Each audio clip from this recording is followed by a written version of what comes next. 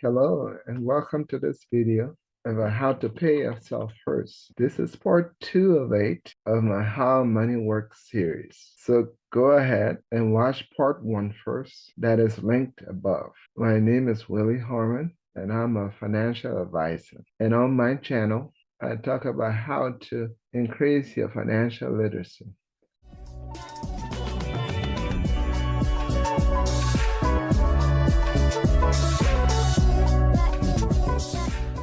When we were kids, we used to sing this song that says, "Of all my mother's children, I love myself the best. And when I get my belly full, I don't care about the rest." That may sound a little selfish, but self-care is number one. It is a biblical concept as well. When scripture says in Malachi 3:10, "Bring ye all the tithe into the storehouse, that there may be meat in my house, and prove me now herewith, says the Lord of hosts, if I would not open you the windows of heaven and pour you out a blessing, that there may not be room enough to receive it."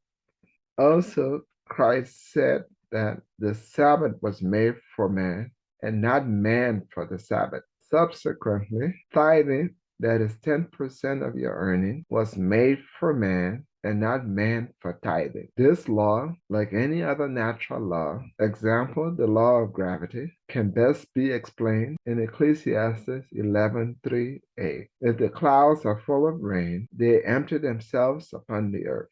Expounding on that a little, sowing a financial seed is setting in motion the law of reciprocity, which is explained here as the law of the water cycle, which is rain leads to collection of water on the ground, which leads to evaporation, which leads to condensation, which leads to precipitation, which comes down as rain again.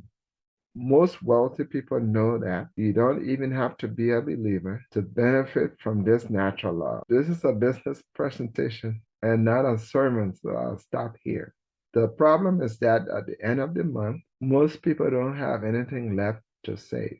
The solution is to pay yourself first by writing a check to yourself for 10% of your net income. Note that as a believer, the tithe comes first and then another 10% for yourself. It is the single most important concept in this series. Remember, it is not how much you earn or how much you keep. To prove this, my children and I played the cash flow game by Robert Kiyosaki, the author of Rich Dad Poor Dad, a couple of weeks ago.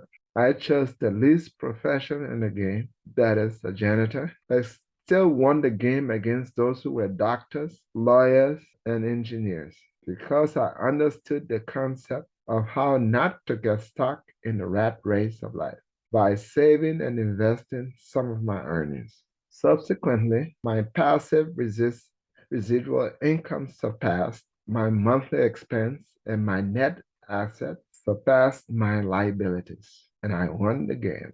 The game is won by two means. The first way is that the person who buys the dream first wins, or the person who accumulates $50,000 per month in cash flow from businesses purchased on the fast track wins.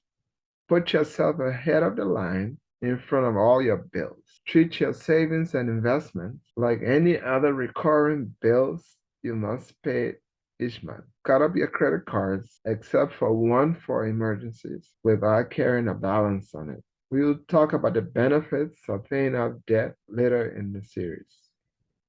Calculate how much you earn versus how much you save at the end of each year. We recommend that you establish 3 accounts that you'll need to get out of the rat race. The first account is the emergency fund. This account is the reserve fund in the event of an unforeseen emergency, like a job loss or an unexpected expense. A good rule of thumb is to set a goal of having 3 to 6 months salary in your emergency fund. Second account is short-term savings. This account is for money you set aside for expenses you want to purchase within a short term, or perhaps a vacation. Third account is a long-term savings and investment account. This account is where your retirement savings, college funds, and other long range savings will go. Because these savings have more of a long term time horizon, you can use investment vehicles for potential for higher rate of returns, such as equity mutual funds.